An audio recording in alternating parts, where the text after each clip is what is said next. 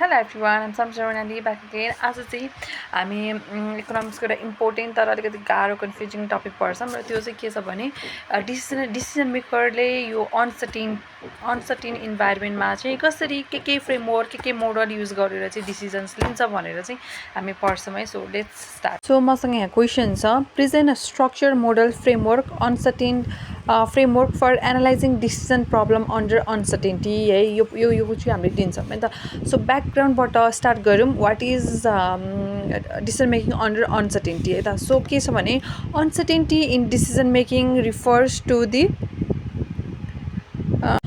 uncertainty in decision making refers to the state of the environment where the decision maker has completely zero knowledge and idea about the consequences of decisions and future state of natures. अनसर्टेन्टीमा चाहिँ decision मेकरहरूलाई चाहिँ भोलिको मैले कुन चाहिँ alternative select गर्दाखेरि चाहिँ त्यसको outcome के हुन्छ भन्ने थाहा नै हुँदैन, प्रोबेबिलिटी नै थाहा हुँदैन, किनभने पास्ट इन्फर्मेसन नै थाहा हुँदैन क्या. सो भोलिको स्टेट अफ नेचर्स कस्तो हुन्छ, इन्भाइरोमेन्ट कस्तो हुन्छ पनि थाहा हुँदैन, यो अल्टरनेटिभ युज गर्दा यसको आउटकम यो हुन्छ भन्ने पनि थाहा हुँदैन. So under such condition decision maker has to use 6 stage decision model है. सो 6 स्टेज डिसिजन मेकर्सको फर्स्ट स्टेज चाहिँ के हो भने problem identification and setting objective. फर्स्टमा चाहिँ decision maker has to identify what actually is the problem and the objective of solving the problem होइन. त्यो प्रब्लम रिजल्भ गर्नेको मेन अब्जेक्टिभ चाहिँ के हो. So initially decision maker has to clearly identify the problem of the decision and set the objective of decision making. For an example profit maximization, cost and risk minimization, expansion of market etcetera है. So पहिला first step भनेको चाहिँ decision मेकरले problem identify गर्ने अनि त्यो problem resolve गर्ने main अब्जेक्टिभहरू चाहिँ लिस्ट आउट गर्ने. सो नेक्स्ट स्टेप छ अल्टरनेटिभ्स आइडेन्टिफिकेसन एन्ड लिस्टिङ है. सो डिसिजन मेकरले कुनै प्रब्लम सल्भ गर्दाखेरि चाहिँ डिफ्रेन्ट अल्टरनेटिभ्सहरू चाहिँ लिस्ट आउट गराएको हुन्छ, आइडेन्टिफाई गराएको हुन्छ र त्यो डिफ्रेन्ट अल्टरनेटिभ्सहरूमध्ये चाहिँ एउटा बेस्ट अल्टरनेटिभ चाहिँ सेलेक्ट गर्नुपर्ने हुन्छ. सो सेकेन्ड स्टेजमा after identifying the problem the next step is to identify and list out all the alternatives approach that might be implemented in the decision making to resolve the complex problem है. So अल्टरनेटिभ्सहरू चाहिँ different multiple हुनसक्छ, A1, A2, A3. For an example एउटा हुन्छ नि ब्याङ्कले चाहिँ अब नयाँ ब्रान्च नयाँ ब्रान्च खोल्ने हो कि वा भइरहेको ब्रान्चलाई नै एक्सपान्ड गर्ने हो कि वा एज इट इज छोडिदिने हो कि, डिफ्रेन्ट अल्टरनेटिभ हुनसक्छ नि त, इक्जाम्पल दिएको है. सो एन्ड थर्ड स्टेजमा चाहिँ के हुन्छ भने identify the state of natures होइन. यो स्टेट अफ नेचर चाहिँ भोलि फ्युचर कस्तो हुनसक्छ भन्ने आइडेन्टिफाई प्रेडिक्ट गर्ने. अब त हामीसँग त प्रोबेबिलिटी हुँदैन.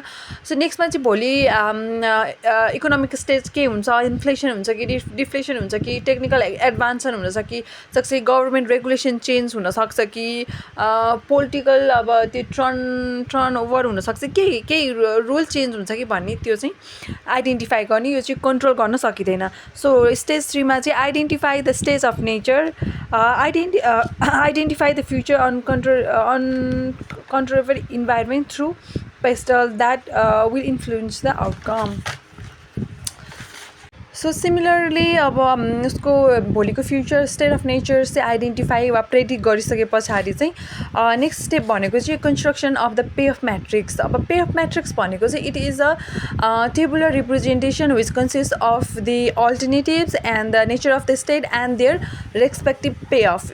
कुन चाहिँ अल्टरनेटिभ्सको कुन चाहिँ नेचर्स अफ द स्टेजमा चाहिँ स्टेट अफ नेचर्समा चाहिँ त्यसको पे अफ कति हुन्छ. Pay off might be profit, loss वा कस्ट, डिफ्रेन्ट बेनिफिट हुनसक्छ है. सो सक्सेस, फेलर त्यस्तो हो क्या. Construction of the pay off matrix, construct a well pay off matrix including all the alternatives. alternatives from their respective uncontrollable state of natures. The payoff matrix, the payoff may be profit, cost, benefit, etc. अब payoff matrix को एउटा table पनि मैले present गरिदिएको छु. So alternative A1 A2 A3 हुनसक्छ. अनि favourable economy चाहिँ र अनफेभरेबल इकोनोमी हुनसक्छ है. अब A1 गर्दा 60 बेनिफिट भयो अरे, A2 गर्दा अनि के अरे A1 गर्दाखेरि फेभरेबल इकोनोमीमा 60 प्रफिट भयो अरे, अनफेभरेबल -20 लस भयो अरे, A2 मा 100 प्रफिट भयो भने अनफेभरेबल इकोनोमी भयो भने लस 50 भयो अरे. A3 गऱ्यो भने फेभरेबल इन्भाइरोमेन्ट भने 40 प्रफिट कमाउँछ र अनफेभरेबल इकोनोमी भयो भने चाहिँ 10 प्रफिट मात्रै कमाउँदो रहेछ भन्ने भयो है. अब नेक्स्ट भनेको चाहिँ application of the non probabilistic criteria है. अब यसमा चाहिँ हाम्रो प्रोबेबिलिटी, यो रिस्कमा चाहिँ हामीले प्रोबेबिलिटी आइडेन्टिफाई गर्न सक्छौँ, तर अनसर्टेनिटीमा त हामीसँग प्रोबेबिलिटी नै हुँदैन नि त. आइडेन्टिफाई नै गर्न हामीले प्रोबेबिलिटी असाइन नै गर्न सक्दैनौँ के. यति प्रोबेबिलिटी लस हुनसक्छ, यति प्रोबेबिलिटी प्रफिट हुनसक्छ, हामीले के आइडेन्टिफाई नै गर्न सक्दैनौँ. सो हामीले यो के अरे अनसर्टेनिटीमा युज गर्ने भनेको चाहिँ different criteria since the probability of the outcome and the state of natures is unknown. In uncertainty, the decision maker must employ non-probabilistic criteria as below. Maxima हाम्रो 5 वटा क्राइटेरिया हामीले पढ्नुपर्ने हुन्छ. त्यसमा चाहिँ फर्स्टमा छ म्याक्सिम्याक्स भनेको चाहिँ कस्तो हुन्छ भने अप्टिमिस्टिक डिसिजन मेकरले युज गर्ने हो. उसले चाहिँ के भन्न ठान्छ भने म्याक्सिमम बेनिफिट हुनसक्छ, फेभरेबल इकोनोमी नै हुन्छ र त्यसमा नि म्याक्सिमम बेनिफिट चुज गर्छ है. So assume best of the best to happen employed by optimistic decision maker and select maximum value of maximum. So next छ मिनिम्याक्स भनेको चाहिँ रिस्क एभर्सरले युज गर्ने हो. यो चाहिँ पेसिमिस्टिक डिसिजन मेकरले गर्छ. उसले चाहिँ सबसे नराम्रो खराब वर्स चाहिँ के हुनसक्छ भनेर आइडेन्टिफाई गर्छ, त्यो मध्ये चाहिँ हाइएस्ट भ्यालु चाहिँ सेलेक्ट गर्छ. Employed by pessimistic decision makers and predict what worse can happen and select maximum value of minimum. अनि हामीसँग ल्याप्लेस क्राइटेरिया छ.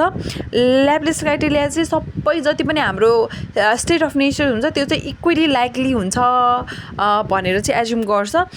सो हामीसँग अघिको यसमा फेभरेबल र अनफेभरेबल इकोनोमी छ है.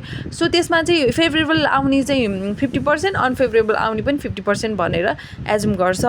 Assume equal likelihood for each state of natures and calculate average of pay off and choose maximum average pay off. अनि हर्वेक क्राइटेरिया छ. यसले चाहिँ ब्यालेन्स अप्टिमिजम्स एन्ड पेसिमिजम. अनि यसले चाहिँ यो अप्टिमिजम इन्डेक्स युज हुन्छ जसलाई चाहिँ हामी अल्फा भनेर आइडेन्टिफाई गर्छौँ र त्यो वेटेड एभरेज को फर्मुला युज गरेर चाहिँ उसले चाहिँ पे अफ म्याट्रिक्स चाहिँ हुन्छ नि पे अफ चाहिँ आइडेन्टिफाई गर्छ भनौँ न. So next we have